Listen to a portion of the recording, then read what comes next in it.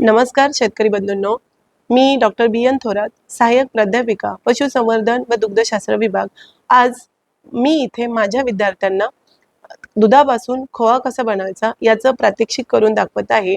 आणि हे प्रात्यक्षिक करत असताना याच्या छोट्या छोट्या क्लिप घेतलेल्या आहे। तर या छोट्या छोट्या क्लिपच्या माध्यमातून मी इथे आपणासाठी शॉर्ट व्हिडिओ अपलोड करत आहे। या खोवा बनवण्याच्या प्रोसेस बद्दल आपणाला सविस्तर माहिती हवी असेल तर तुम्ही माझी शेती माझी ओळख या यूट्यूब चॅनलला लाईक करा, सबस्क्राईब करा आणि शेअर करा। धन्यवाद।